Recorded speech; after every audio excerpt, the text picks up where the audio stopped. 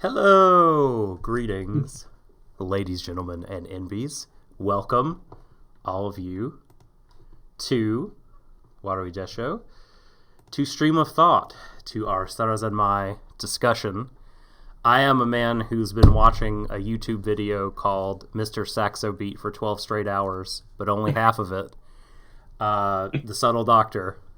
I'm here, rolling with my partner in crime, the ever-present live Deshou DJ. It is man from the land of the champions, the Premier League champions. It's Shadon. Good evening, everyone. You'll be pleased to hear that there is no booze on my part today. Mainly because I drank as much. Well, look, I've just come back from Ireland. I spent most of it incredibly intoxicated, so there is no more alcohol for me, at least until this weekend come in. That's it. So, yeah, it'll be a much more comprehensible stream today, by which I mean barely, at least for my part. I'm very disappointed. I can't hide it. That was people clearly had their own thoughts on what I was like last week. I will be getting to that soon enough. I'm onto you all. I know. I will find you people. I swear. They know what they like. Yeah. Listen, it's democracy in action. Me being a wreck. Yep. We love public drunkenness and any displays thereof on stream. My earbuds just popped out. I did that. Your earbud was so excited about the prospects of it just exploded out your ear. It is Shadon catch-up hype. So, okay.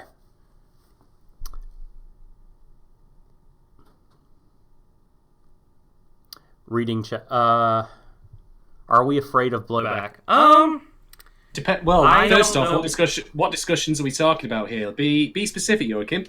Tell us what specific topics you feel we're not covering. Yeah, what do you think we're not going into? I don't know. I mean, I'm totally down. I'm totally down for talking endlessly on hours on end about Kepi's pole dance. I love the pole dance. I'm so totally down for talking about that for hours on end. I'll drink some beers to that. Yeah. I will say, I mean, I have not approached this show in any way like consciously thinking, oh boy, I better stay away from this topic, or better not have this take or go there. Like, I don't know. I've been pretty forthright about all this, and if you will have watched our Banana Fish streams, like, you'll know whenever we broach these topics that we don't feel like we're experts in, or that we think are I don't know if controversial is the right word, but sensitive, that require sensitivity or whatever, like, we're upfront about it, and then we also just still give our opinions about it. So yeah, that's where we stand on that. Yeah. But yeah, let us know what you think we're not talking about, and I guess we'll try to address it, unless you think the show is like about some kind of plot by some kind of marginalized group to cuck all the white people, and then fuck that. I mean, I don't know, it's not an interpretation I'm willing to talk about. There you go. I personally think the show takes a horrific stance against otters. Have you seen them? Have you seen otters in real life? Have you seen all the Japanese Twitter accounts with otters on them? I mean, the otters are being hard done by. They really are. Mabu with this episode, like, I was hammering the Amber Alert button for a load of it. Honestly, especially given the certain scene that happens halfway through when he meets Haruka for the first time, but we'll cover that soon enough. Mm-hmm. Yeah. Okay, so do you want to update everyone on the Twitter polls from last week? With pleasure. So, 2 of the polls actually centered around me, unfortunately, because, dear. Alright, so I'll start with the first one. Did Shay and 1010 start the episode 4 to 5 stream drunk? 81% of you said yes. You're all wrong. I was not actually drunk. I did not actually drink anything at that point. That was anxiety kicking in over the joke that I tried to get going at the start. I completely floundered on. But at least I got that out of the way early so that it was only upwards from there. And next up, this may be tangentially related depending on if you think I should be starting my own distillery, Warui Deshou's beer line. Should we buy Shade in the bath? I've a lot of people have, a lot of questions about my personal hygiene here. 80% said now, and 20% said never. So Well, that's it. The audience has got me down as some sort of degenerate hobo. Next time, I'll start streaming from Periscope. I'll be on a street corner somewhere, brown paper bag in hand, fingerless gloves, knitted cap, buck teeth.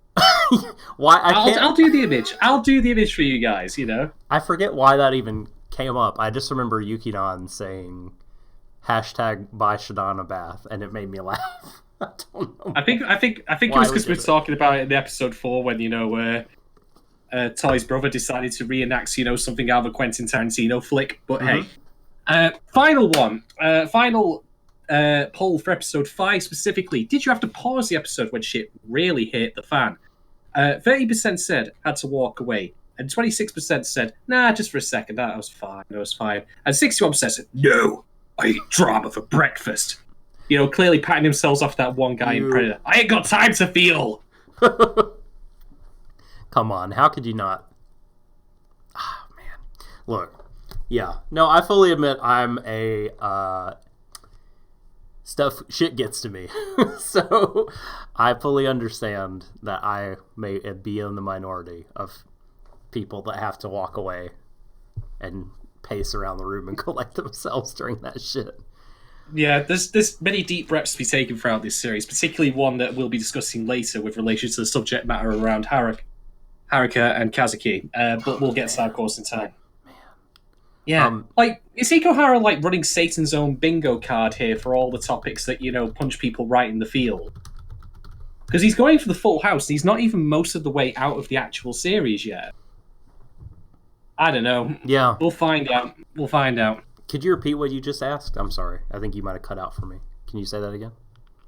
I said that I think Ikuhara's running his own, satanic bingo card for this one, in terms of the topics that the show wants to go into. Yeah. Well, this episode, I feel like, more than any so far,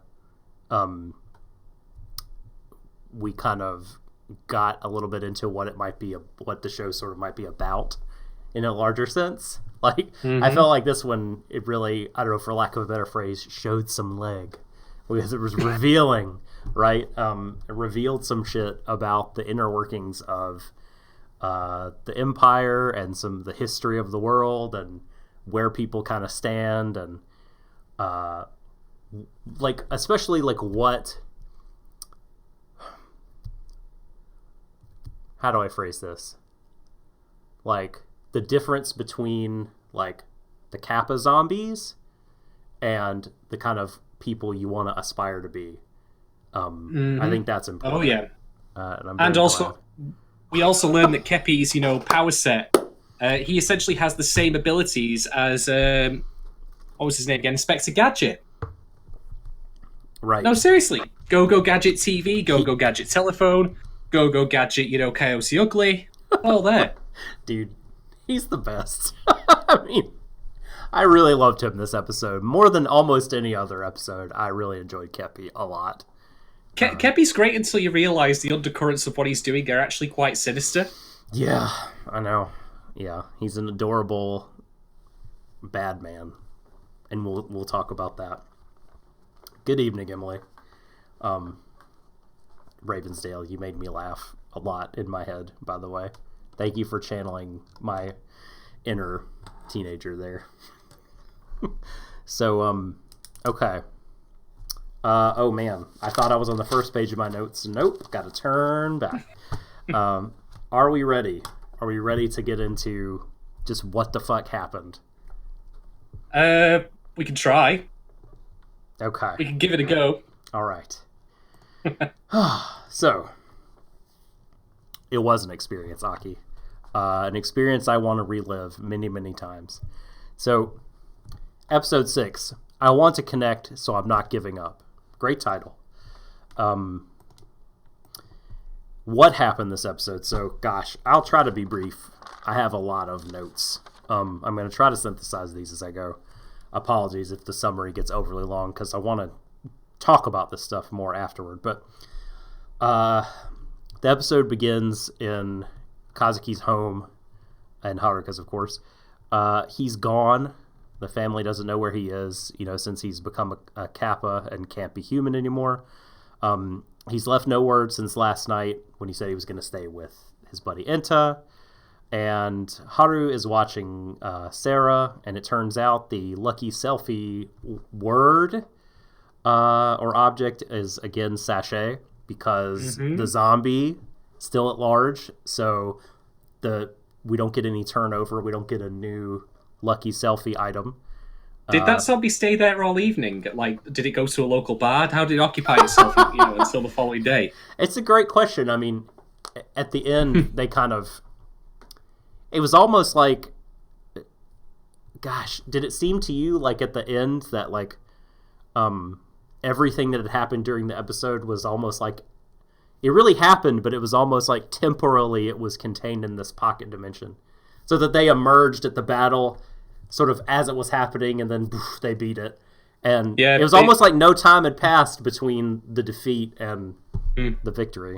They emerged from, the time sphincter.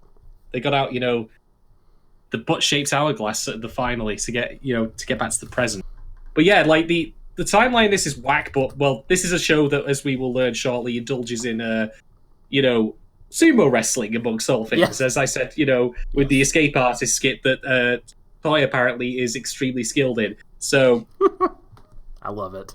That was so we see Haruka. They're struggling, of course, with the new reality he's been presented with about his brother and about Sarah and about the text messages and their veracity and all this sort of stuff. And then we see the aforementioned sumo match. And that's hilarious and so much fun. And we find out also that the kappas, that the boys, while they are kappas, are invisible. It's very handy. No one can see them. And it is during this, or shortly thereafter, we see the por dance. And it's this very tremendous, like, one of my favorite little moments in the show. Did Ikuhara, when he was writing this episode, did he, like, have some sort of, like, Wheel of Fortune, like, video game device, game show device, with things like pole dance, BDSM, whipping, I don't know, all sorts of, like, degenerate stuff, or whatever you want to call it. And then he just ran it through and then just picked that one at random because it came up on the list. And then that's going to get Kepi's doing this random insert. I mean, I'm in agreement with you. It was great. It was so good. I mean, God, wonderful. There's a lot of little fun moments and animations, and there are some references in this episode that I did not expect to see, of all things, and we'll get to those. Okay. Well, in the moment, we're going to talk about, like, the football game, or, like, the little, casual football thing that Enter and Kazuki are doing. I need to intervene now and say that when Enter enters his own little fantasy world again, as he is wont to do, like, he imagines Kazuki doing Tidus's spear shot from Final Fantasy X, the backflip kick. Yes. That's what it is. I was like... But that's not even the maddest reference. There's going to be a Terminator 2 reference later of all fucking things. I'm not shitting you. Like, I watched that moment, I was like, wait, what? Is that the thing Ikuhara is referencing in this specific moment? Could be. You'll have to clue me in on the T2, because it's been a long time. We'll get to it. That's a pretty common football thing, right? The backflip kick. Are you sure it's the Tidus special?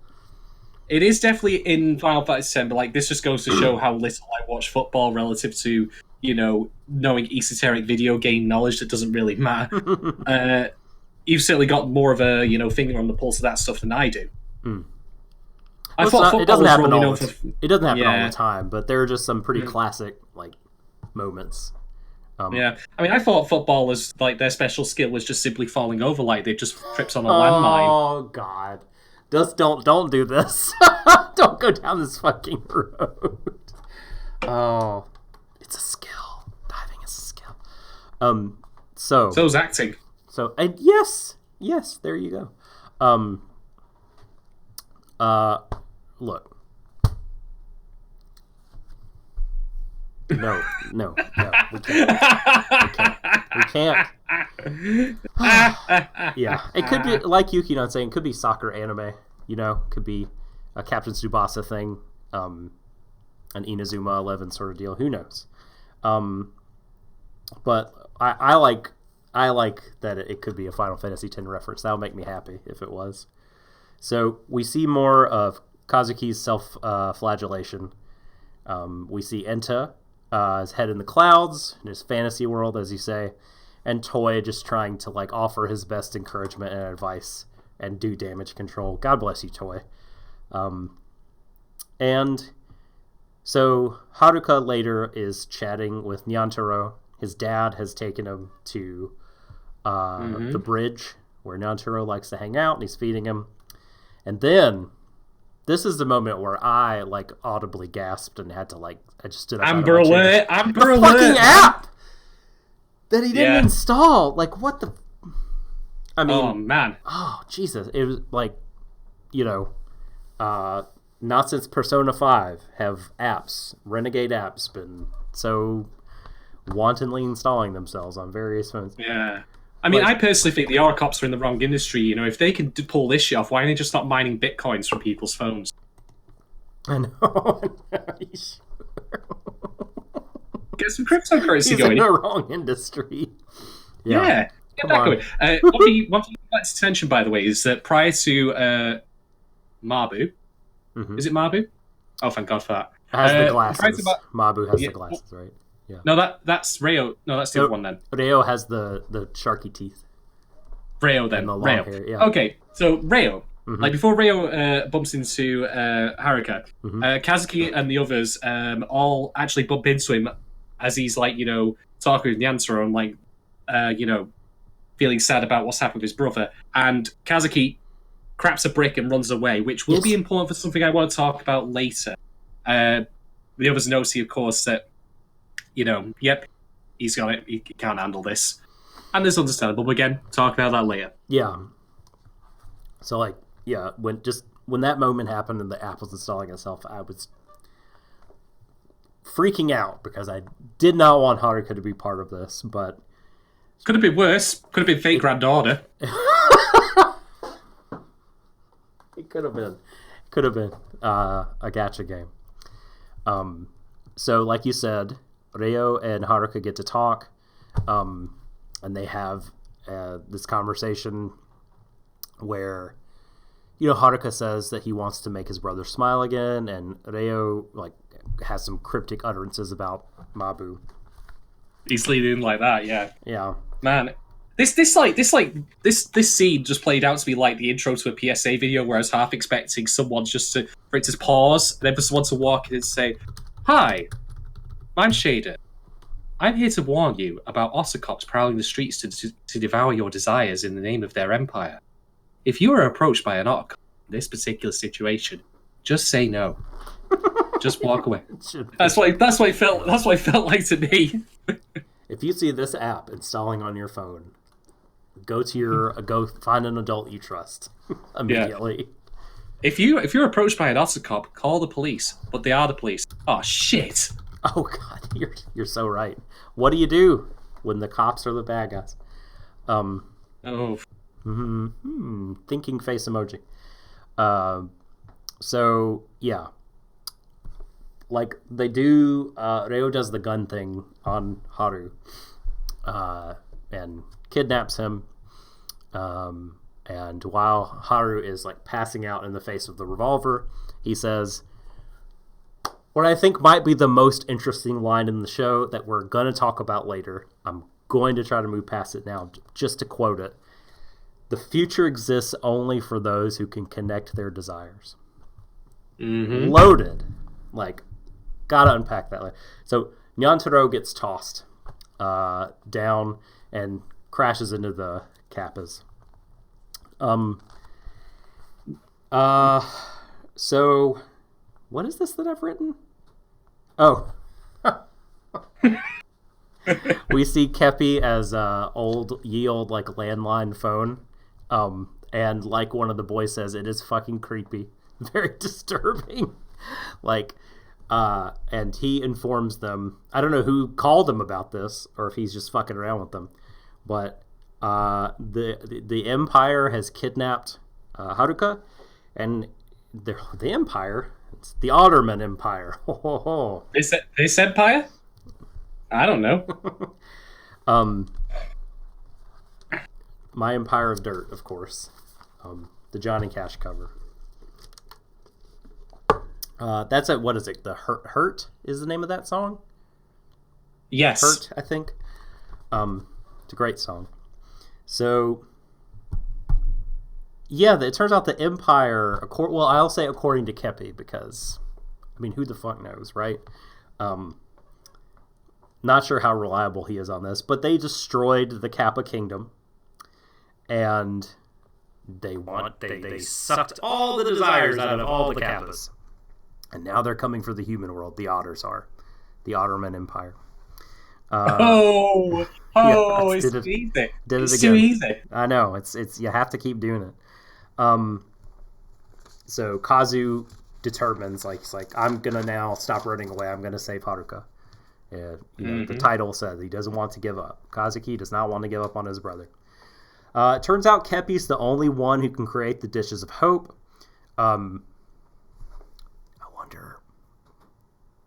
I wonder if he knows about Sarah. I don't know. I think he does, but I'll tell you why. Okay. The Austro-Hungarian Empire, right? Who is Franz Ferdinand in this show?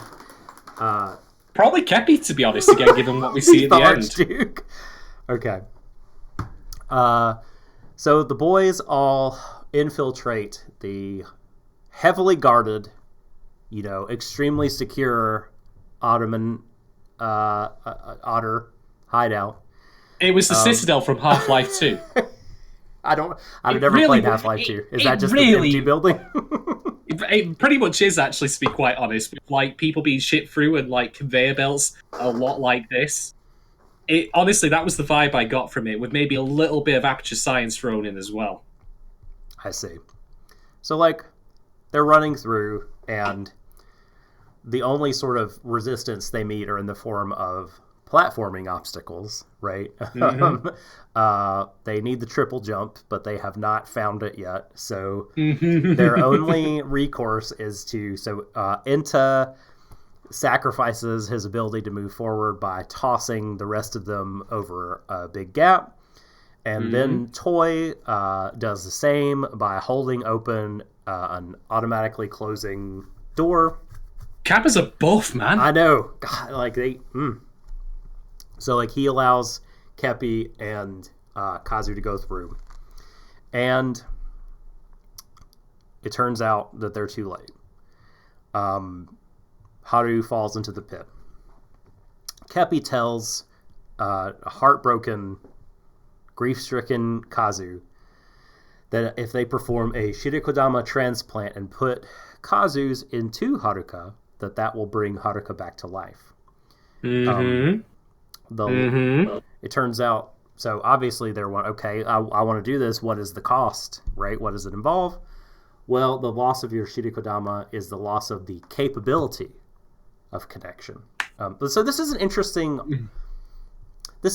argument to me, or not an argument, but a description of what happens, because Kepi describes kind of fallout, I guess, of it, and then gets to the main idea. To me, it's almost set up like an argument, like where he lays out a bunch of premises and then throws a conclusion out there, and I was not expecting the big final statement because it didn't seem to follow. Let me read it to you this way and see if you understand what I'm talking about. So he starts off and he says, yes, loss of your Shirikodama means loss of your capability of connections. So you don't just lose the connections that you have. It's like you can't create new ones anymore or anything like that. You're kicked out of the circle that makes up the world. So no more connections for you. Something to note, just to backtrack to the previous episode, do you want to know what Haruka said as the secret message to Kazuki and then Sarah? Big circle. Yes, exactly. That's that. Yeah, but interconnections be seeming very important. The way I would describe this is what we call in the industry as pulling a Madoka. Because if you remember what happened to Madoka at the end of that, completely wiped from history, never existed. And indeed, Kazuki latches onto this idea and says, so wait a minute, if I go through this and I vanish from history, that means that Haruka will never have been hit by that car because he in turn will never have been chasing me. And and Kepi says, yes, Kero. Because he's like, Emily's onto it, and I'm in agreement. Jump to that conclusion a bit quickly there. Okay, here's what I was trying to get to here is that, like, he says you lose your capability of making connection. You're kicked out of the circle that is the world, the big interconnected web. You're erased from existence. So I went, what? Wait a minute. Like, so, okay, let me try to put this another way. To me, it sounds like what he's trying to do, and I could just be getting hung up on it. I know I'm getting hung up on a very minor point, but I think it's interesting. Is he's trying to say, here's two equivalent things, right? Or here's two conditions that are sufficient for this other thing. The conditions are you lose all capability of connection. You're kicked out of the interlocking circle of the world. So, logically, you cease to exist. I feel like there's a state between the two. You know what I'm saying? Like, I feel like why is it necessary that losing all capability of connection means that you're erased from existence and history? Maybe it's one of those philosophical things where you require external forces to observe you and to interact with you in order for you to be there. Oh, so like some kind of fucking crazy like Barclayan. The tree falls in the forest band, Bishop Barclay. You know what I mean? You have to be observed. SC S percipi, to be is to be perceived. So you must be being perceived. Maybe. The conclusion that I came to was that, like, there's a deep presupposition in the show, in the worldview of the creators that, like, yeah, that almost like what you're saying, right? That, like, if you don't have interconnection, you're just out. Like, that reality is not atomistic. You know, you don't have these individual bits that can exist isolated from all the other. Like, it's just a kind of all or nothing shunk together, and you're either in it or you're not in it. And if you're not in it, you're just like, you don't kind of, you don't count as existing. Like, you're not an existent. To exist is just to be connected to all these other life forces directly or indirectly, which I think is fucking super interesting. Really fucking interesting to me. Yeah. I'm sorry I went on to a talking point already, but carry on. But yeah, we'll continue here. So yeah, Kepi affirms that, hey, if you do this, there will not have been any accident for Haruka to have, because you wouldn't have existed. Kazu, you see his internal kind of monologue where he already feels like an outsider to his adoptive family. So he feels like, it's no big deal being an outsider of the rest of reality. I already feel like an outsider in my family life. Plus, my brother will get better. So I'm willing to make this sacrifice. But thankfully, right, before he can go through with it, Toy shoots the shit out of out of the machine. Yeah. This, by the way, was the Terminator 2 reference I was thinking of, because he's being lowered down on a hook, into some deep pit. And then the thing they use to style up is the exact same design as the thing in T2. Mm-hmm. If you check my Twitter at some point, you'll see it, and I swear blind, it's the exact same thing. The only way this could be any more apparent is if he handed it over to, like, say, Entrance and said, "You must do it. I cannot self-determine it." That would be great. I wish that if Toy just started talking in that accent, that would be tremendous. So, yes, Toy shoots Kepi's machine. And then we see Kazuki, of course, devastated that he can't do this. And then Enta fucking gets to have his moment, man. Like, confronts Kazuki and says, like, look at this Misanga. I have it. You threw it out. Haruka didn't. Do you know why? Because Haruka didn't give up on you. And neither am I. And neither should you. You get your ass out there and you save your goddamn brother. It's great. We'll find another way. Yeah. But as it turns out... as it turns out, like... I don't want to say Haruka saved himself, but he certainly ended up playing a part in it, right? Because we see, like, how to describe what it is. Like, the box gets returned because they find out that whatever it is in there. Is it desire or is it love? It turns out to be love. Right, and we see the messages up here, love or libido, which is great. So, like, they can't do anything with love. They have no use for it. But we'll get to that later. Yeah. Real love gets shredded up into this powder because the Ottoman Empire can't do anything with it. Can't convert it into what they need to survive. So, and we see during the Kaiso, the flashback, the last text message that Haruka sent to fake, well, I don't want to say fake, to Kazu, to Sarah played by Kazu, right? We see Haruka blaming himself for Kazuki's unhappiness.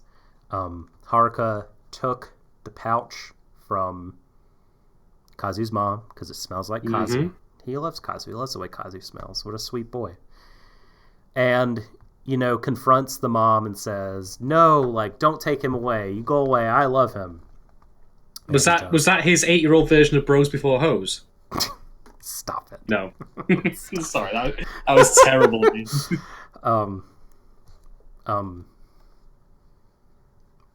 What rhymes with moms? Because you could say something before moms. You could be like, chum. No, that doesn't work. God. There's no good equivalent of bros that ends in oms. Anyway. We'll figure it out. We'll get our top scientists working on this. That's right. So, yeah, so he blames himself for the unhappiness. Then we get Kepi soccer, right? The 3 boys get to do their lovely soccer passing, and again, Enta getting to fulfill fantasy. Yeah. Of even the same backflip straight up as well. Yeah, the pass to Kazu, something that Kazu rejected earlier. The pass from Enta, but now he does his Pele backflip kick into the machine to save Haru. And can I just say, by the way, I have to say, when he hit, because they use Kepi as the football in this, and when Kepi hits the box and Haruka flies over it, the shot is an overhead shot of him falling backwards into the machine he was falling into anyway. I was just like, oh, you fuckers. You absolute moron. You've only made it worse. Right. I literally imagined in my head an alternate version of this where Haruka just literally fell into it and they're all just like... because they fucking fucks it up. Yeah. Thankfully, no, that was not the case. Cue the WWE crowd chant whenever there's a mess up. You fucked up. You fucked up. Yeah. Like, but Kepi transforms into the parachute and grabs Haruka and jumps out of there, which makes you wonder, why did he just not go up there of his own volition? Like, why? I mean, of course, it's symbolically important for the boys to pass the ball to each other and kick it up there. And in terms of literature, like, that's what you want to happen. But, like, if you're just going in-universe here, looking at practicality, you can just be like, Kepi, why the fuck didn't you just fly up there and grab it? Why do we have to kick you up there? Why don't you go gadget rocket boosters or something like that?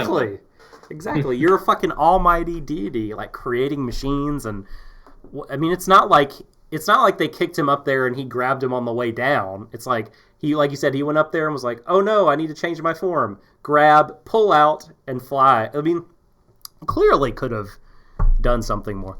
Anyway, very much less important than the rest of this.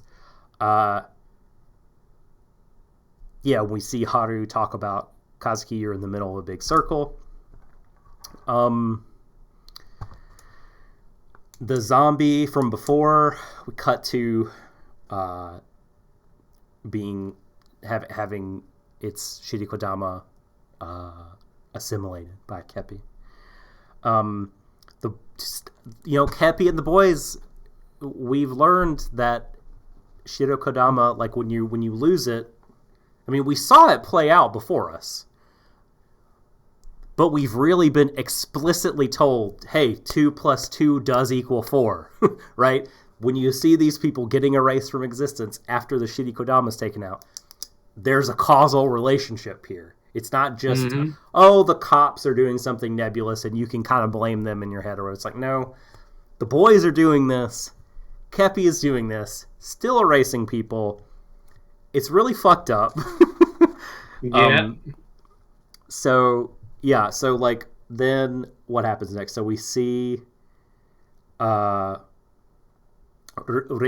right, say to Mabu that they have no use for love when they talk about, we got fucked over by the boys again. We have no use for love, but guess what? I found him. Da-na-na. This fake blur on the big screen. Him, of course, being Kepi. And the final shot before credits is the boys are human again. Toy is his kind of grumpy, great self. And Kazu, though, turns out has been reborn. Right? He says, like, I'm the same, but I feel completely different. I mean, he's like feeling his face like an infant, this is my nose, this is me, like, wow, I have been entirely reborn. And your head bone's connected to your neck bone, your neck bone's connected to your backbone. Sorry. Keep going. You have to do all 206 now. No, like, when he says... If I did that, I'd have to do it in the same way as the Animaniacs country, song goes. Bolivia, China, America, Brasilia, like that. That was me completely butchering it, by the way, but that was great. Yeah. So, yes, he's born anew after this experience, this baptism, if you will. And post-credits, we see another Kaiso flashback of the Otter Cops in Kappa World, and I guess what looks like the Field of Desire, but like we see them confronting someone who I think is Kepi, just because before the credits, Ryo talked about, I found him, referring to Kepi, and so it looks like the previous encounter where they encounter him and Kepi escapes, and they've been looking for him ever since, right? And so now this episode they found him again, and that's the episode. It only took about 40 minutes to talk through it. Yeah, this was a dense episode. There was a lot going on. Yes. But hey, good on them for saving Haruka. Good on them for becoming human again, And good on Kazuki Fido finding a little bit more himself. Yeah. Good shit. So I need to step away for the briefest moment. Do you want to carry forward by yourself, or do you want to take a break? Come back together. Take a break. I'll wait for you to come back so we can discuss some stuff together. Okay. We'll be right back after this.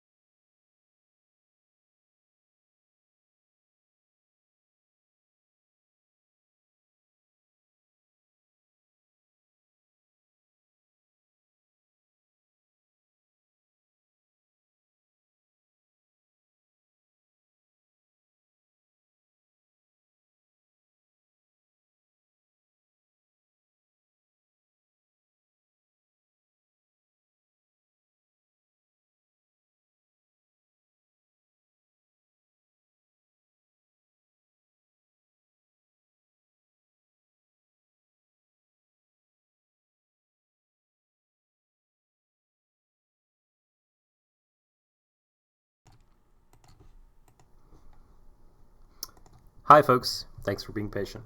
I haven't watched the dub. Wow, so Emily's noticed lots of stuff that they didn't realize was there from the start.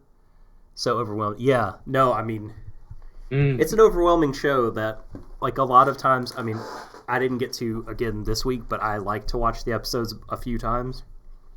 So I totally see how a dub actually could benefit, especially on like a second viewing.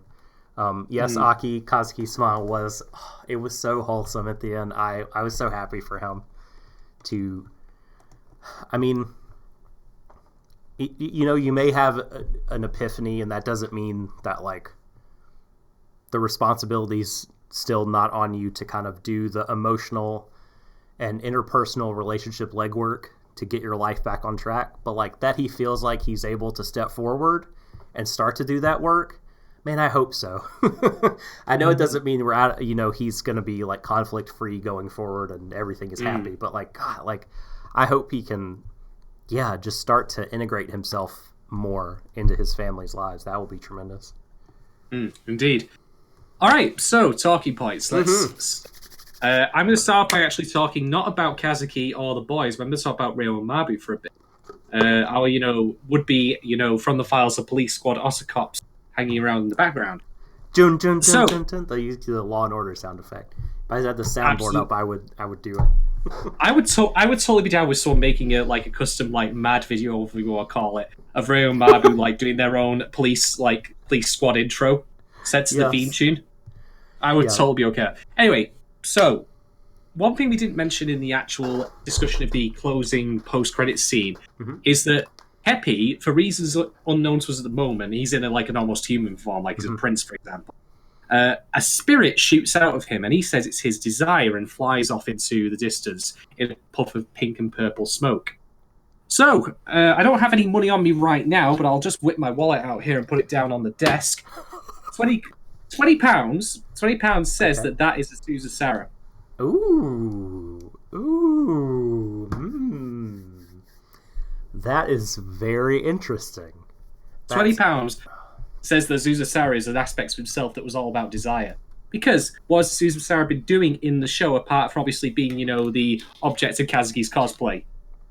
Shipping out desire to, people, like telling them what they should do with their lives, what they should obsess with, get into. But they're all very superficial things, except, in certain scenarios when they obviously have more sentimental value, like, for example, the sachet. So, okay, there's that.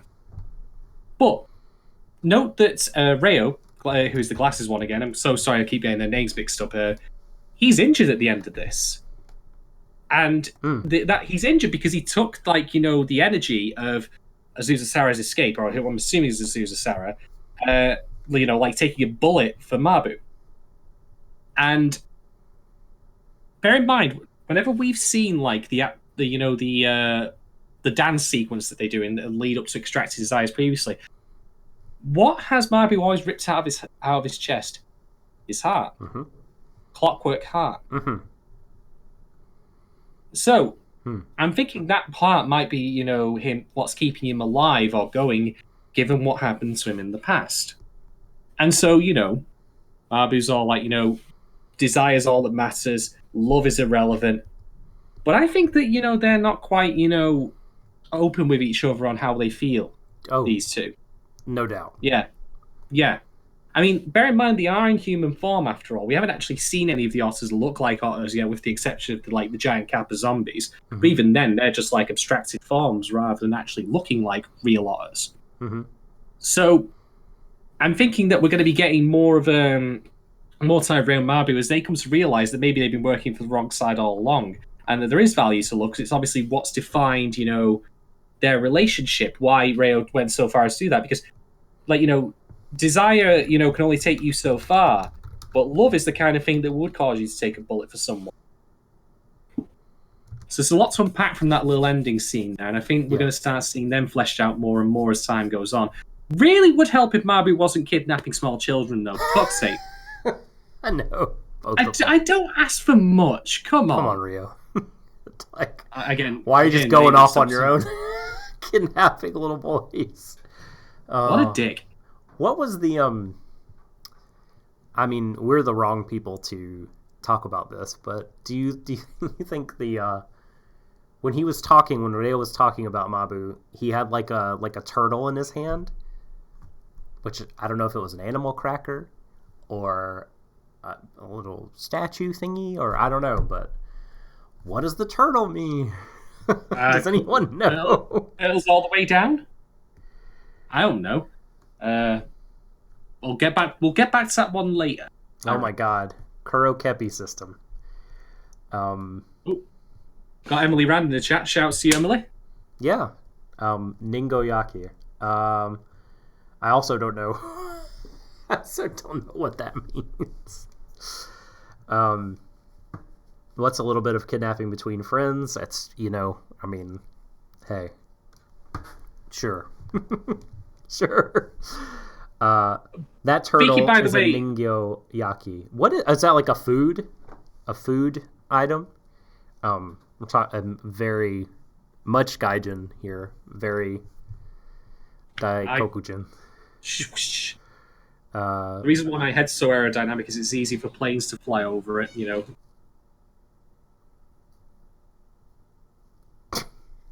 God damn it, trickster. Yeah. Oh, that's right. He does call him a doll in that scene and says that he's a doll who's lost all of his feelings, which he does look pretty apathetic most of the time. The heart. Very sort of The heart. A food specific to Askusa, which is the place that this is. Yeah. Mm-hmm. There you go. Mm-hmm. By the way, can I just point out, I made a joke previously in one of my tweets that, I was waiting for the art cops to get their own, it has been 0 days since a local fatality side, and they actually have it now. They have it outside the office when they're talking about what to do with Haruka.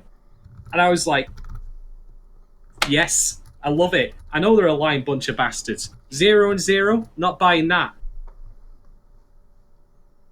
So, Lucy a bit earlier in chat said that the machine that said like libido or love said like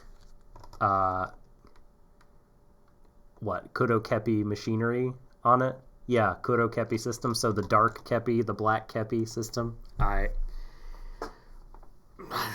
What does that mean? I don't know. That's craziness. We've not got the whole picture about those the Kakarot's of War. Right. And who's betraying whom? Right. Yeah. Where's this historical revisionism coming in? Come on, Ikuhara. I'm not standing for this shit. Such a. I bet he edits Wikipedia pages as well. The prick. Yes. Such an anti-honor, like part of that establishment. What a douche. Would you call him an auteur? Oh. That pun was weapons grade. It was good. That's right. So Mabu used to make them for him in the manga. I say that's right, not because I've read it, but because I remembered it existed. The prequel manga where the cops adopt Sarah. Okay, so next, do you have another point, or would you like me to? I do have more, but we can alternate. Whatever's good with you, man. Okay. Well, I'll just say like that's the statement that I talked about earlier. The future exists only for those who can connect their desires. That first Reo says to Haruka, but then later on Mabu says it. I can't remember to who, but probably just to Reo because Mabu only talks to Ryo. But yeah, like that got me like wondering, what does that mean, right? I mean, connect desires to what? Are they saying, is the idea to connect them all up? That you need to have some kind of like coherence raft of desires in order to like have a future? Or do desires need to be connected like to what? To something else? To like to another like higher concept like love, or to like people rather than ideas? Like what? I want this elaborated on some more, because I want to know who the future exists for, right? I mean, it's obviously, well, not obviously, but you feel like that this is the sort of person that the show is saying it's worthwhile to be this sort of person, someone whose desires are connected. I don't think so, because bear in mind it's coming out of Real Mabu, this particular line of thinking, and they are ostensibly the villains of the show. That's true. United. Well, and yeah, maybe they've misinterpreted it somehow. I don't know. Maybe, well, it's like, you know, they live in an empire, so to speak, and maybe it's a, you know, kind of doctrine that they've had fed to them all their lives. They believe without a second thought, and maybe it's a bit more than that. Because after all, that's the line that he spouts, but the relationship between the two of them is obviously a lot more than the superficial kind of desire that you might otherwise expect that this show has presented so far. Like, bear in mind all the Kappa zombies we've seen, the fucking bathwater stealer and all that. Yeah. So, I think that, you know, it might be something that they believe, but it's not something in the show's fiction that is strictly, objectively, or diegetically true. So, yeah, that's where I'm thinking. Like I'm going on that it is, but I'm very willing to like amend my belief. You know what I mean? And also say like I totally see where you're coming from. I just think, yeah, like I don't know. I feel like I'm going to use very like these are very unsophisticated terms, but a little tired, and I'm just trying to parse the world here. I think the bad kind of ways of thinking have already been shown from the beginning, and this has been revealed at the midway point. I feel like the counter narrative has to appear sometime soon, if not now, right? To counter everything that has been put out there, that the zombies have fallen to very desire-fueled world that they live in. Bear in mind everything we've seen so far, the zombies that we've seen, like all the stuff they've been doing is very superficial, very, materialistic in nature, even if it is also kind of degenerate, like the fucking bathwater stuff. They're not just simply conversing or being, themselves with people, like, being normal, dare I say. Then think of, like, as Emily has said, think about, like, Kazuki, Enter and Toy. They've obviously got some secrets that they've been keeping from each other, and I'm not saying that the show is, telling us, bear everything to everyone, as I've said before, that's not what people do. But rather, there is a certain level of honesty that people, I think, are not approaching each other with in this show. The Kappa zombie people, for example, like, yeah, they've got weird fetishes, but they're not telling people about them. The guy's stealing people's bath. And I know it's strange to say this, but maybe the show is asserting that he might want to have asked them for it. I know that that's going to be a hard fucking sell, but he's doing it underhandedly behind the back. He's not, connecting in that sense. With the boys, they've got their secrets and the things they need help with, and the support from each other. Indeed, that's what happens in this episode. Despite all the stuff they know about each other now and all the sordid shit that, quote-unquote, they've done, still look out for each other. They still pull Kazuki back from the brink. So I think that maybe it's going beyond superficial, levels, materialistic levels, and getting to a bit more deeper than that, getting to a bit more like, an emotive, actual connection. Yeah. Which I think is the the one point in the grave scenario that Raymond and Marb are in now, where they're that close to actually doing that. It just seems like the statement is not about a relationship between people. Because, so Emily talks about what has Ikuhara shown before what he thinks connection means. He's talked about, or he's demonstrated a lot of, connection between people, but the statement is talking about a connection between concepts, right? He's, desires are these conceptual things that aren't the same thing as concrete individuals. They're concepts, and having connected desires is necessary for a future. So what does it mean to have all those concepts connected? Or again, does each concept need to be connected to another idea or a person? I just want to know. Maybe it's a two-way thing, because to give and to receive in turn. Because again, think the zombies, all the stuff they've been doing, the people behind them were very selfish and not in the interests of the people they were taken from, such as Enter's your older sister. So maybe that's it. It's got to be a two-way street rather than the one. Yeah. I guess. It just seems I don't know, I'm being probably over-analytical about a line, for sure. Because, think of the boys as well, start with Toy. Toy wants to look out for his brother. Is his brother looking out for him? Arguably, no. I would say that, it's not as simple as that. There's not an equitable, relationship there. Enter. Very one-sided, because he's, still dealing with his nascent sexuality, his cross on Kazuki, and his fantasies still clearly show that, part of fantasizing is often being on the receiving end yourself of a positive outcome, like fantasizing, for example, that, you're, say, the lead singer in a rock band, you're up on stage, and you're soaking in all the attention. It's great. It's often a substitute when you're not getting attention that you desire in real life. And as for Kazuki, I think that maybe the show is telling us in his case that, while he is connecting with his brother in that sense by pretending to be Sarah, maybe he's putting up a wall by doing so. Maybe this is roundabout way of still doing something for him, but not doing it, equitably or honestly, because there was indeed dishonesty in that relationship between the two of them. Mm-hmm. Could be. Oh, okay. I just had a thought. Ooh. So, we talked about earlier, when we were discussing the fact that Kazuki losing his Shira Kodama, losing the capacity to connect with other people, means that he ceases to exist. Mm-hmm. So people can't be isolated. They can't be just these single automatons independent from the rest of Can't be life. monks. What's that? Right. They can't be monks.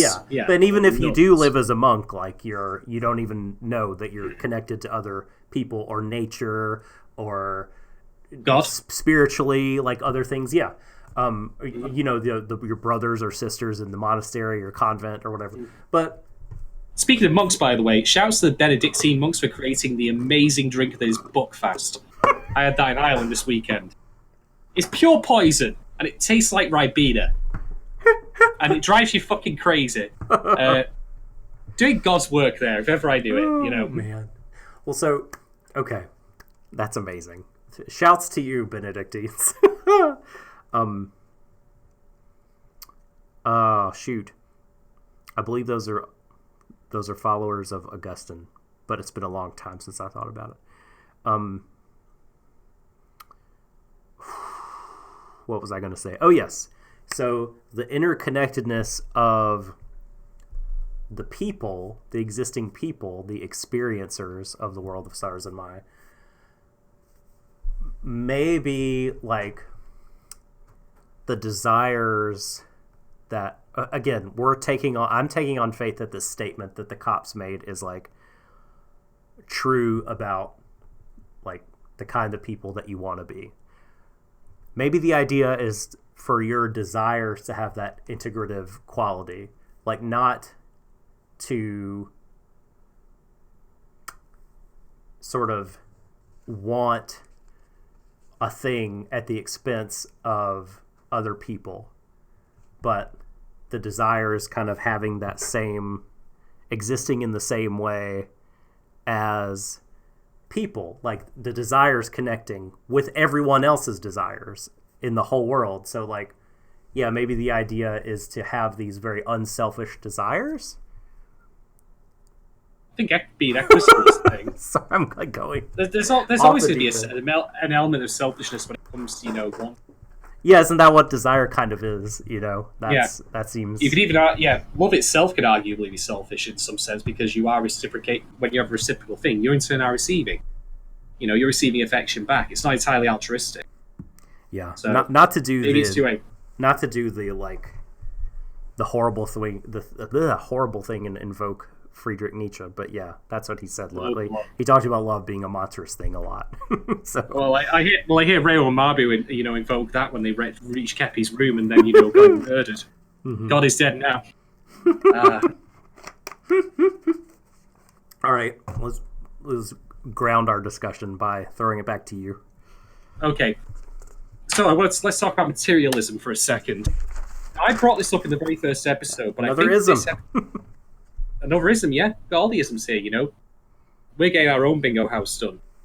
So, materialism. Now, I talked about this previously in episode 1, and now we've had some more time to see some more episodes of that. Particularly this one. I've put some more thought into it. I think that Ikuhara through this show is possibly condemning the state of people, like, you know, consuming too much or expressing desires that aren't based in, you know, love, as it were. Because here's the thing, right?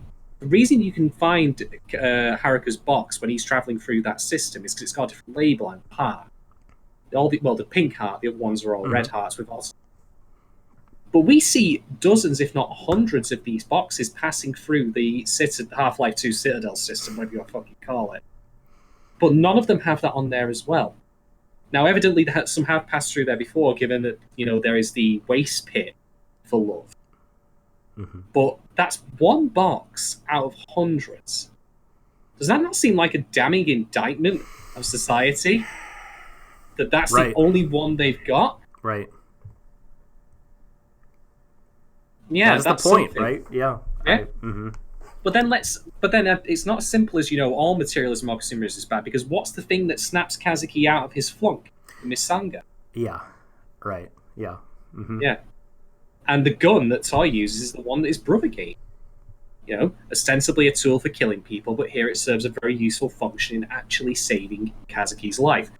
By the way, not my endorsement of guns, generally speaking, but, you know, you work with what you've got. Small tangent that, like, this is what what you're talking about right now, like, is a thing that, to me personally, like, studying or looking at the various like aspects of Christianity, not aspects of Christianity, but the different sects, the different like faiths, Catholicism, and then the various kind of different sort of offshoots of Protestantism. Those, like the evangelical kind of Christian faiths as they're practiced, are like very much not about the, I guess for lack of a better word, totems or sacred objects. They're like, boo, that stuff is bad, that stuff is idols. No, that it's all about like your own like spirit and God's spirit connecting, no intermediary necessary.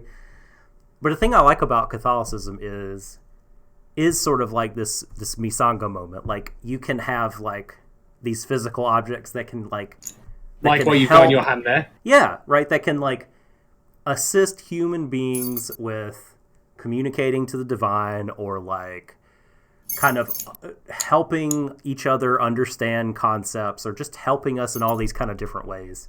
So this felt like oddly like a very Catholic moment to me. Like there's the misanga, this sort of almost sacred object of friendship and love, Well, even speaking just for, when you're just for yourself, like, how many objects do we collect? I've said this before on this podcast, and I think it's true that, you ascribe value to beyond simply being otherwise just pieces of plastic or metal.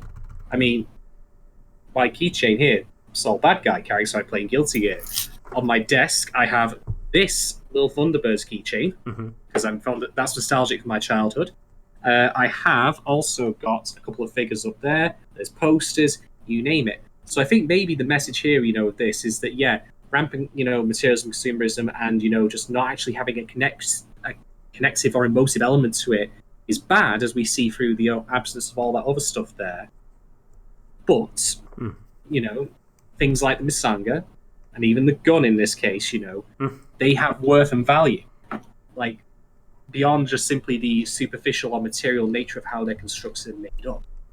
That's my feeling on it anyway.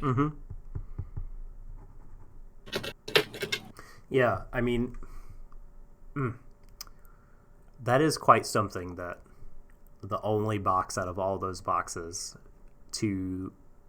we see there is a pile of shredded up love. So at least at some point in the past, there have been boxes that have been rejected from desire. That pit is huge, though. That pit is huge. Now, again, I'm not really, all that au fait on the Otter Empire's, municipal waste program or whatever it does to recycle all this shredded love here. But it seems to me like, it doesn't get filled up very often. And even then, it's just crap. But, you can certainly see them in the minority. Yeah. Yeah, very, very few. Like, if any of these boxes that are coming through here. And the thing is, I think that's part of, their plan. They don't want love and all. But surely they would have caught some people by accident.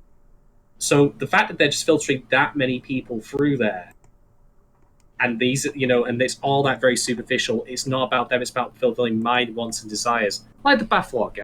It's not any one person's bathwater he wants, he just wants bathwater in general. Sachets, for example. The person stealing cats, it's not a cat like Neanthro. In fact, now I think about it, is the distinction there. Neanthro is, while stolen from elsewhere, Kazuki and Haruka's cat. Whereas the guy who wanted all the cats just wanted cats. Just wanted cats. Didn't care. Didn't give a shit whose cat it was, or whatever cat it was, or what the cat's name was, or breed, or anything like that. Give me the cats.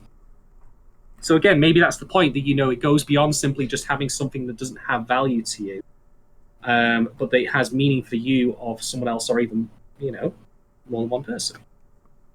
Yeah. It is true that, just that, like, objects as things to have and want and hold significance they're not the enemy in this show. It's, it is a kind of, like you said, detached from individuals, detached from connection to people, and like hunger for just the objects as objects. That seems like it is bad. and that is a thing that I think is easy to get behind. It's not unreasonable. Yeah. After all, what is Kepi giving out that they're probably never going to use? Dish is a hope again object. Yeah. Yeah. Yo. Yeah. Yo. All the things that Susan Sarah's games to be done, gay people to do. Mm-hmm.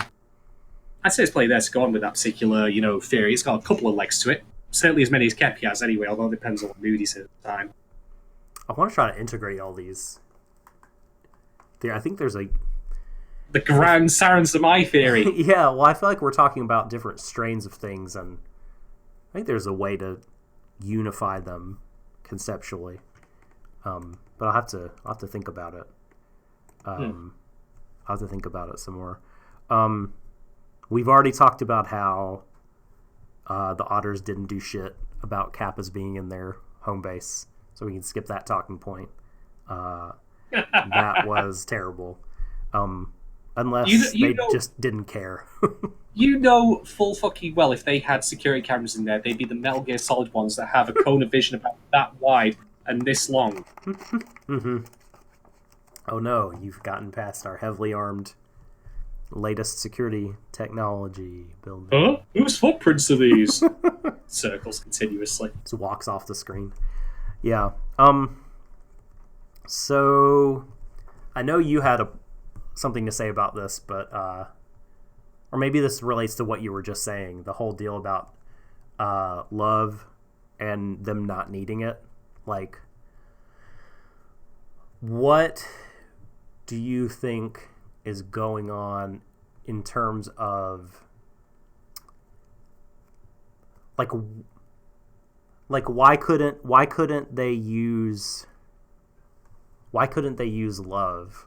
Why couldn't they make love work for them? Why isn't it like an even better version of what's in these other boxes and more pure distilled? Like, it'll fuel us for 1,000 years, You're gonna hate me for this, but incoming tangential pop culture reference from the past 10 years.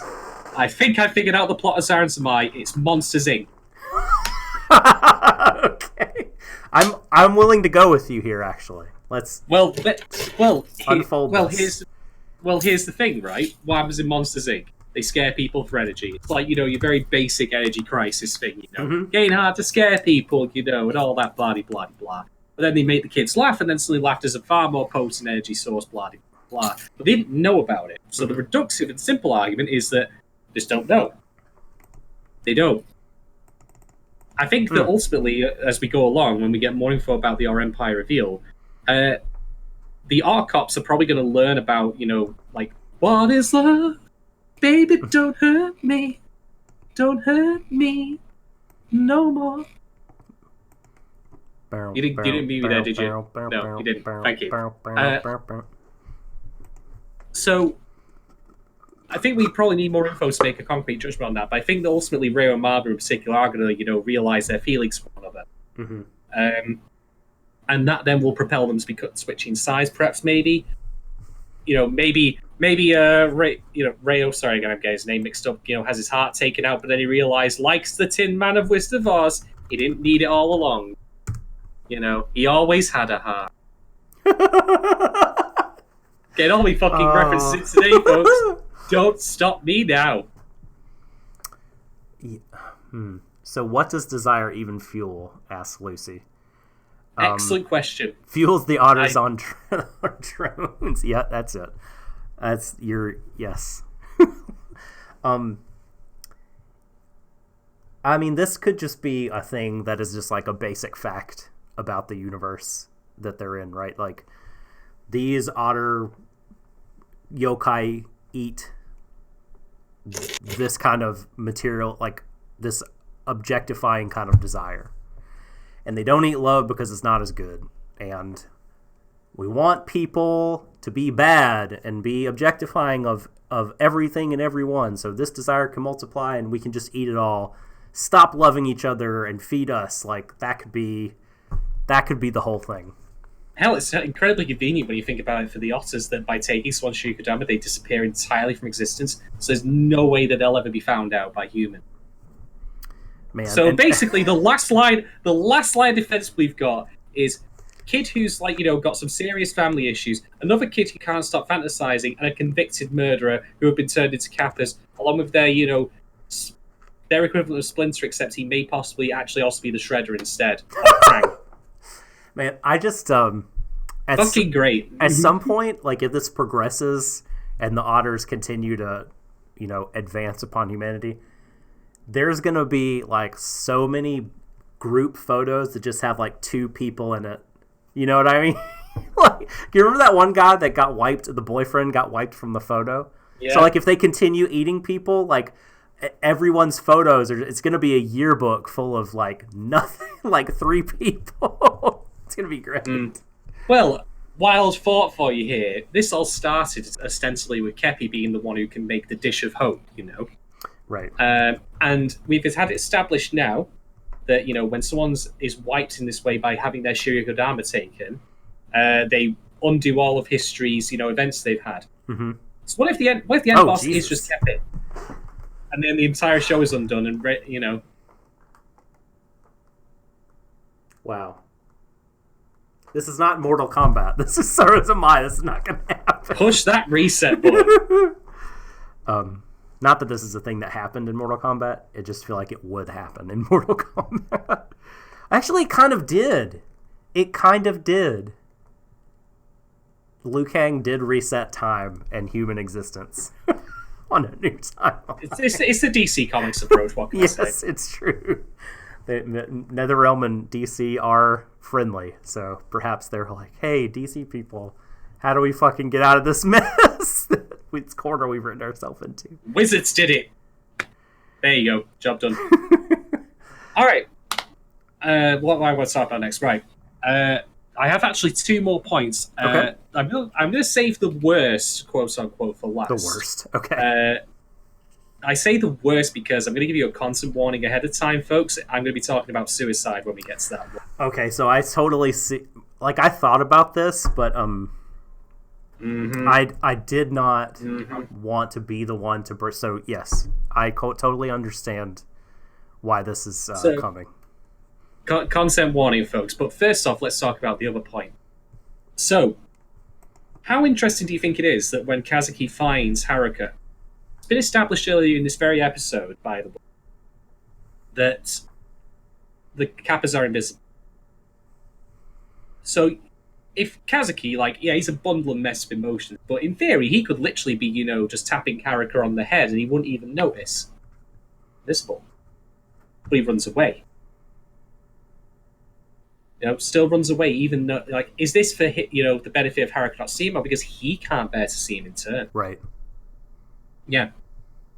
And then you think about it that way, the Kappas themselves, by this very admission here, can only connect with each other. They cannot connect with anyone else.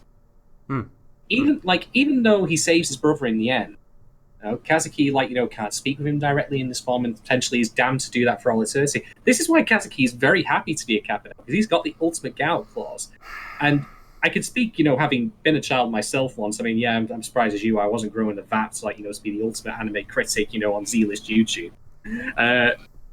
But I think it's a very natural behavior to want to run away from situations like that. It's bury your head in the sand. So Kazuki, not being an idiot, thinks, I've got the ultimate Gao clause. This is great. Enter, in turn, he now technically has Kazuki all to himself, with the exception of Tai. Why do you think he fantasizes so much? Why do you think he gets in on this as well? Something as daft as the sumo wrestling. That scene, where they do that, essentially is just comedic. But, they're in their own little world now, and they don't ostensibly have an escape route from it, so why not embrace it? Why not enjoy the moment, where Enter gets Kazuki all to himself, and Kazuki in turn, covers that. So I think that, the Kappas themselves, maybe in the same way as the others, have their own limitations on how they can connect. They're stuck in, their own little dimension where they can't be seen. Yeah, I don't know how everything that we've been talking about, how it applies to yokai, that these are human things. So yeah, who the fuck knows? Yeah. past. Although I will say that Kazuki doing what he does in Kappa form is ostensibly the same thing as what he does as Azusa Sarah, which is he's connecting and helping his brother, just not in the direct fashion that we would otherwise want him to do. Now, in this case, he can't... Yeah. I was just going to ask, when we see the flashback of the text, is it just Kazuki, or is it the other boys with him? Do they also see it? I don't think they see the text. I don't think so either. So it would totally reinforce what you're saying. Like, they can't... the leakage doesn't happen because they're not connecting, because they're Kappas, they're not people. Yeah. But then again, that also ties to what I've said previously about the idea of the show where, all these secrets get let out. Mm-hmm. Not, firstly because they don't realize it's going to happen and they have no way of stopping it, really.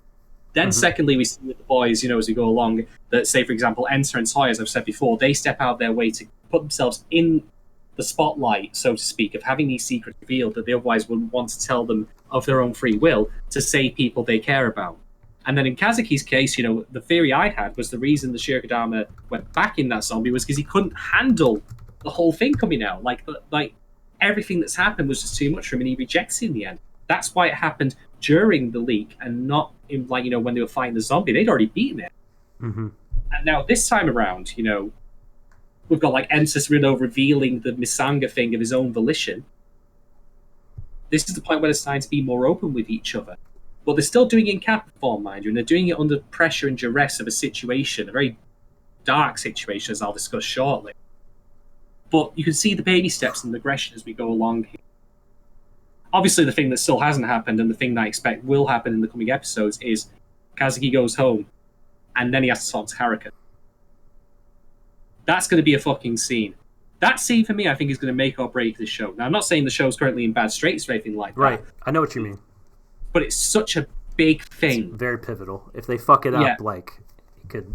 And actually, just as a side point I want to make, I really hope we do get some time at some point, although maybe we don't need to, in fair, depending on how you look at it, just to explore Kazuki's relation to his mother and father, as in the ones he lives with, his non-biological ones. Because that plays speaking as someone, who has struggled in his life, this is going to start leading into the suicide section here, folks. So again, content warning for you ahead here, just to remind you that. Speaking as someone who has, who is currently going through therapy and has discussed at great length with my therapist the idea of belonging and finding a place that you fit in, I have to say, this episode, with all the things that Kazuki reveals and all the things we've had built up to this point, really, really resonated. I felt that.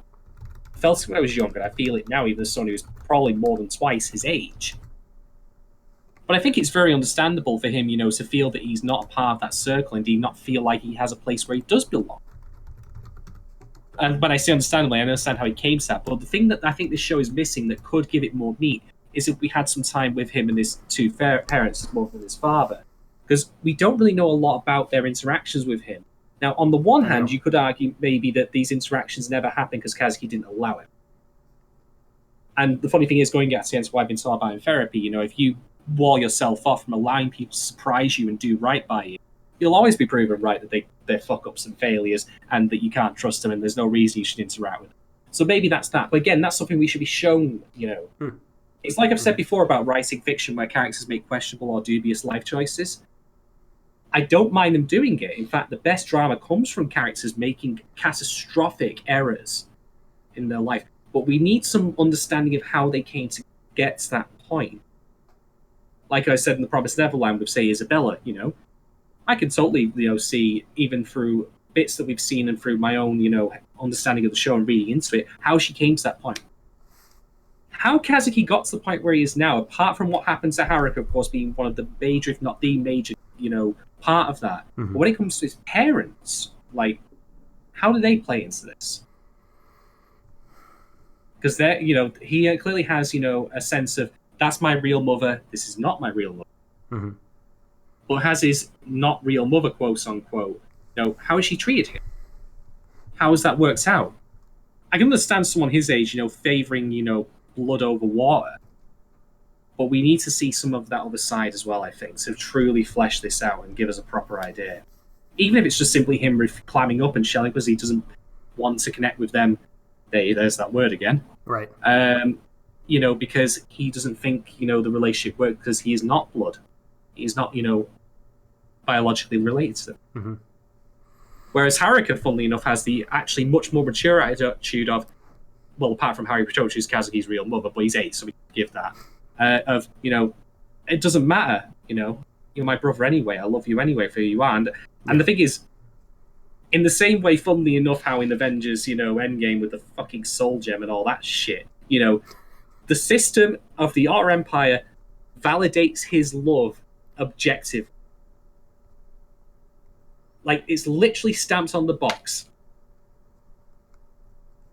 Basically, Haruka's a pure child now, will kill anyone who touches him. Yep. God fucking damn it. So, all right. Can I, do you think Rio put Haruka's dad to sleep, or do you think Haruka's dad just fell asleep? No. Oh, man. I was like, you fucker. Like, where is Child Protective Services? Dude's just falling asleep with, his disabled child hanging out on a bridge.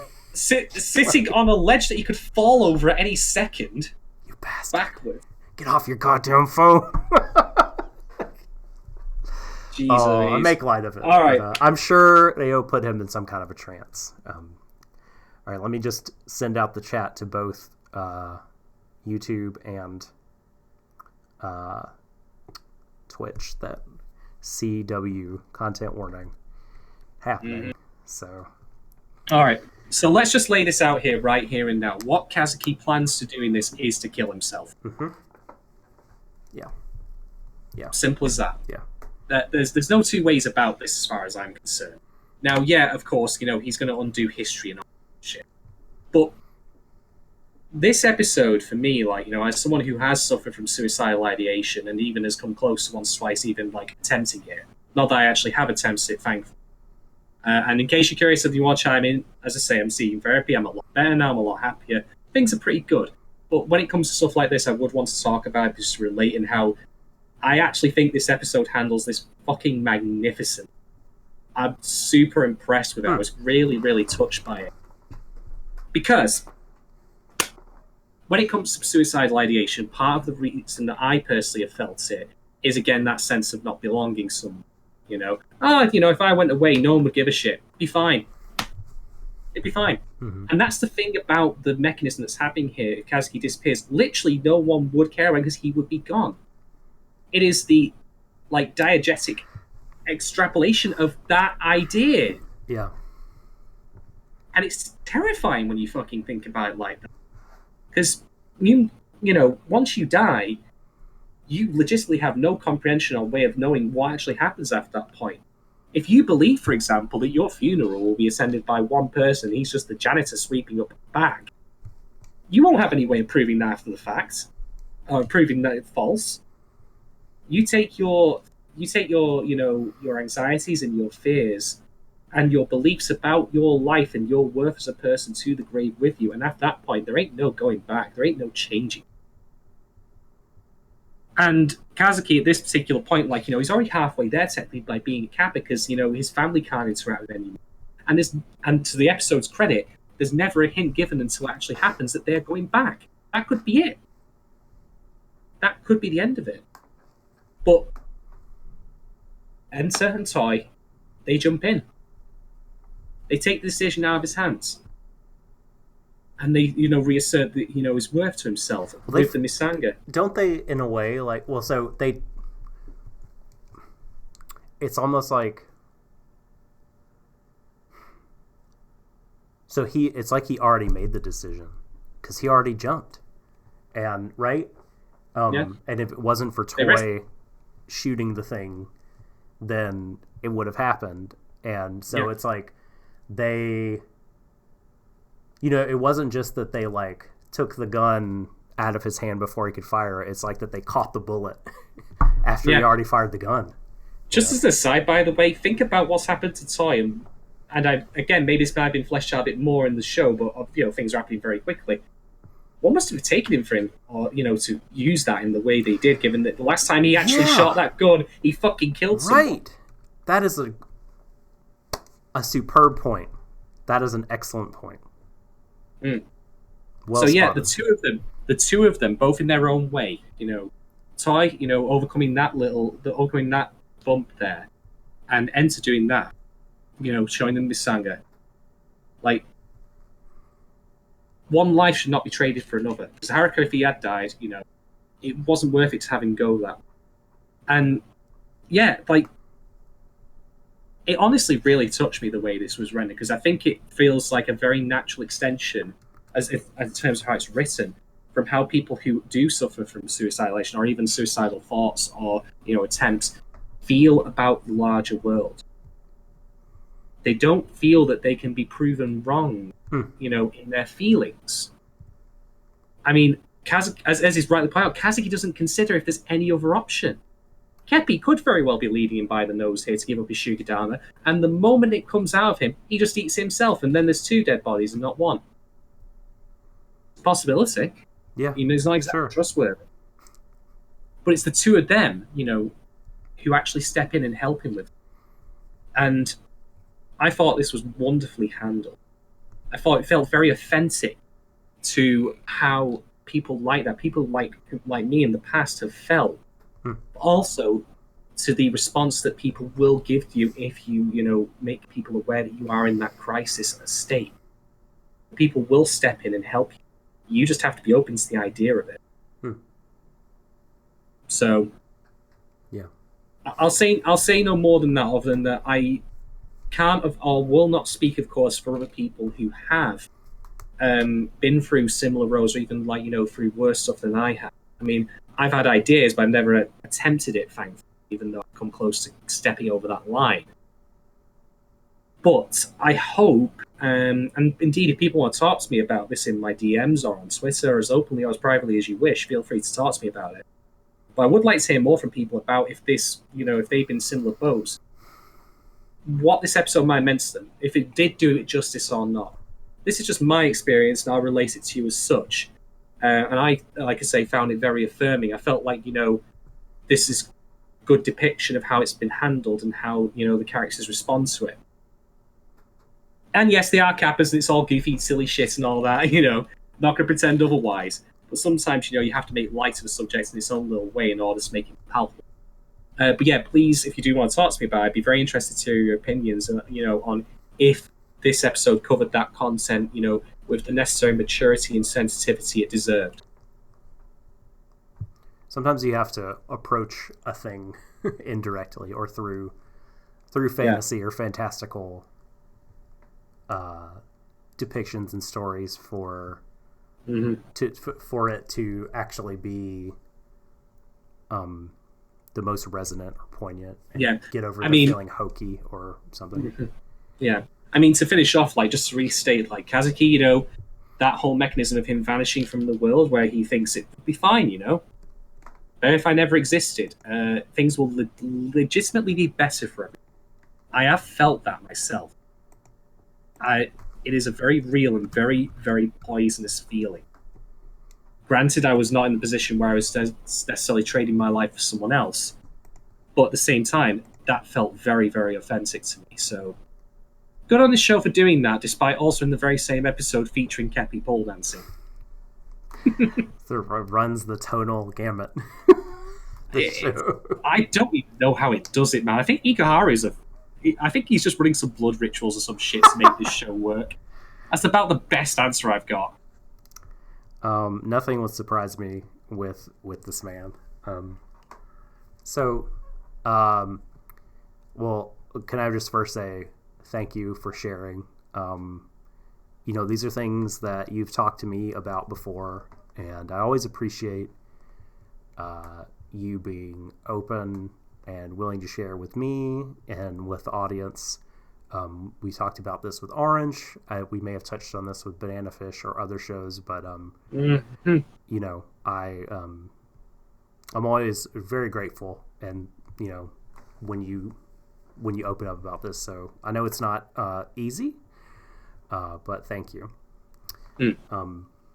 And the only other thing show-wise that I have to say before we rate it and stuff is so How are we feeling about everything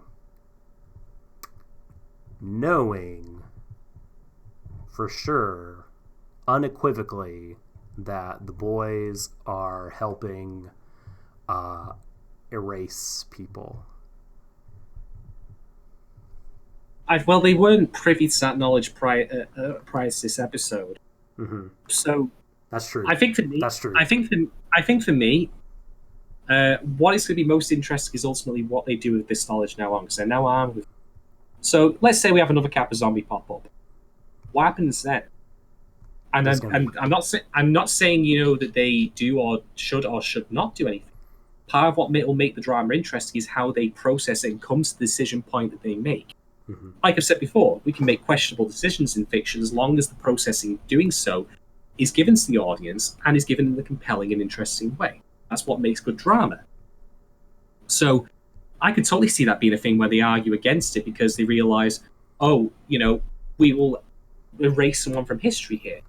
But then the thing is as well, is the person not already dead given this has happened to them? Is it just a formality now? Mm-hmm.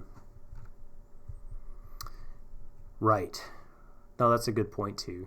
Well, someone had said earlier in chat that, the people being erased seem to be bad people or crime doers, so it's okay. And I don't subscribe to that theory.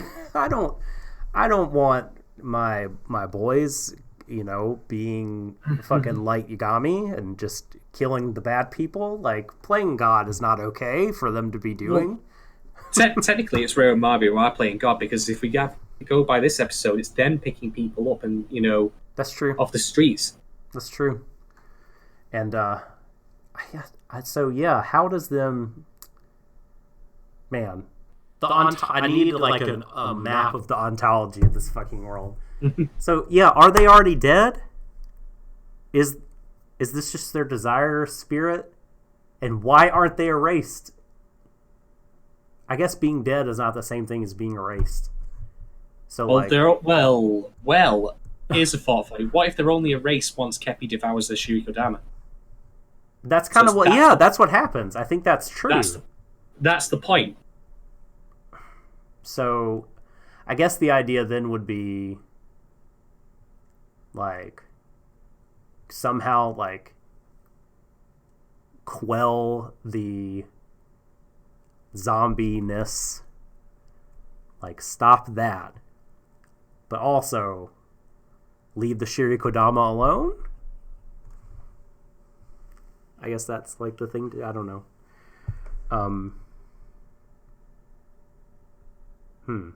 Yeah. I don't know, man. I don't know. You feel like things will be pretty different from here on out. That they're not just going to be like, all right, let's do the dance. Da, da, da, da, da, da. Like, yeah, they're not going to want to erase people. So, here's the thing. Like, interesting. It's technically a new beginning in so many respects, because Kazuki's human again. He's got a better understanding of himself, but he still has to have that talk with Haruka. He has to go home and do that. Yep. The boys themselves have a better understanding of the world that they're now in, what they're occupying, what they're doing with their time as Kappas. Like, the board has been cleared and the deck has been reshuffled here. Mm-hmm. So let's see what hand gets played from here on out, I guess. I'm certainly super excited to see what happens next. Yeah, Trickster is saying that he's seen some reviews that point out that the boys seem to be finding some understanding of the zombie desires. I feel like that's been the case from when they peer, once they've penetrated the zombie butt and they find the Shurikodama and they peer into it. It seems like they always have this sort of empathetic moment of like, oh, he just wanted to take a bath in noodle water and then splash, grand like dancey musical explosions and stuff.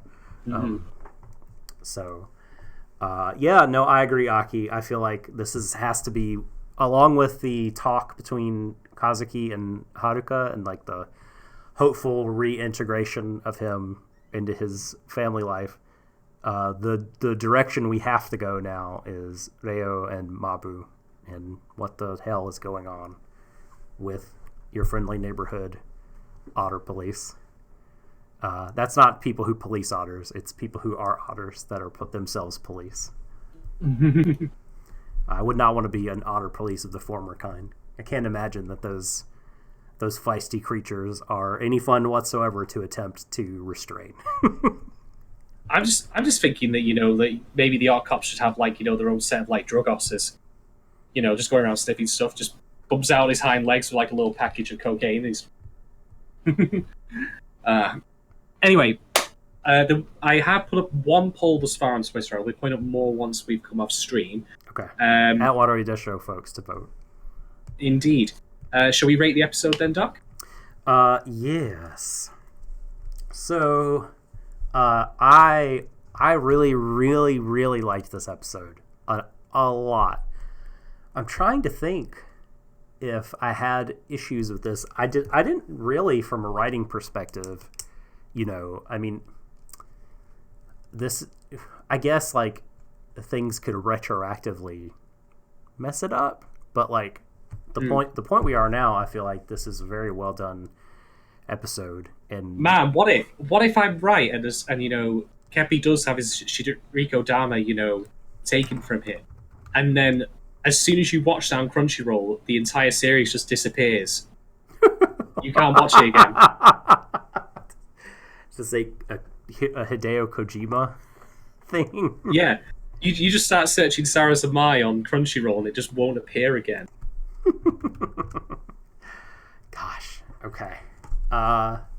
So, having said everything positive about this episode, it should come as no surprise that I give this episode. I wonder what you might use as the metaphor. I wonder. I have no idea at all, honestly, what Doc here will use as his, out of 5. I have no clue. Not one. 5 libidos out of 5. Not the pole dance. Oh! You tit! You absolute tit! Oh, that one's on me. Yep. Oh, that was insensitive for me to do. But, yeah. Nah, don't be daft. Don't be daft. Incense bad. Right. So, yeah, I talked about some heavy stuff in the talking points, of course. But, again, Sarazanmai is continuing to walk that lovely line of great comedy, good drama, good visuals, good music. It's got all the good stuff that I like. And it walks those lines back and forth, treads between different tones, different scenes, different moods, without ever being distant, without being jarring. It just does it brilliant. And because of how this episode resonated with me as strongly as it did with its subject matter, and how it brought some good closure to that, plot point that came last time with Kazuki being outed, brought more info about the Otter Empire out there, we got some funny stuff with Kepi's pole dancer, just the most briefest random insert, but I loved it. I'm going to quite comfortably give this episode 5 out of 5 Kepi parachutes. Yes. Easily the best one of the show thus far. But it builds on and banks in and cashes in all of the stuff that it's been working on thus far, the plot points of its characters, and it sets the stage for what's to come next very well also. Board's been cleared, we've got new understanding, new rules of engagement here, and I'm super excited to see what happens next. It's a great point that the payoff, I don't think we used that word about this yet, but this episode does, I think, really pay off a lot of stuff that has come before. Kudos. Good on you, Iku and friends. Ikuno. Good work. I've recently followed Ikuhara on Twitter, actually, because he does have an account. And the man's got a sweet hat. I will say that much. The hat game is strong. Yes. Is it as strong as Kaname's from Delta, though? Kaname from Delta, real or fiction, is the human being with the strongest hat game. She has a strong game in general. Yeah. Yeah. I'm sorry to say, but when Kaname's, just chilling there in a bathrobe drinking a whiskey, I'm like, that's a powerful image right there. Even I'll say that. For sure. Right. So I suppose that wraps up show. Do we want to commit to our next stream now? Because, just as a heads up, folks, I am unfortunately out of town again this Friday. Oh, no. Yeah, I'm on a business trip. I will be down south, parts unknown, doing a presentation, and therefore won't be back in time to do it on Friday. So, should we say Monday or Tuesday next week, Doc? Whatever you got good? Yeah, I'm trying to. My Outlook is being very slow to pull up. Let me. Outlook not so good. No. Magic 8 Ball might told you on. Oh, you bastard. All right, come on. Just too good. Show me the month. Okay. What is that? God damn it.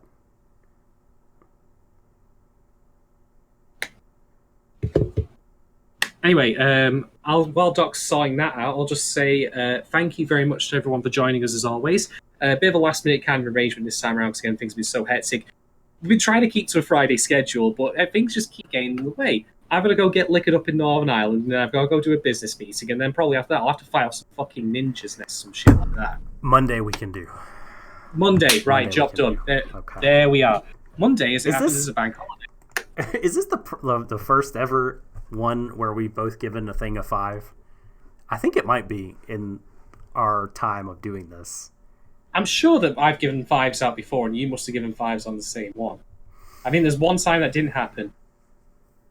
Oh yeah, I've only rated lower than you like 3 times ever in the history of this fucking thing.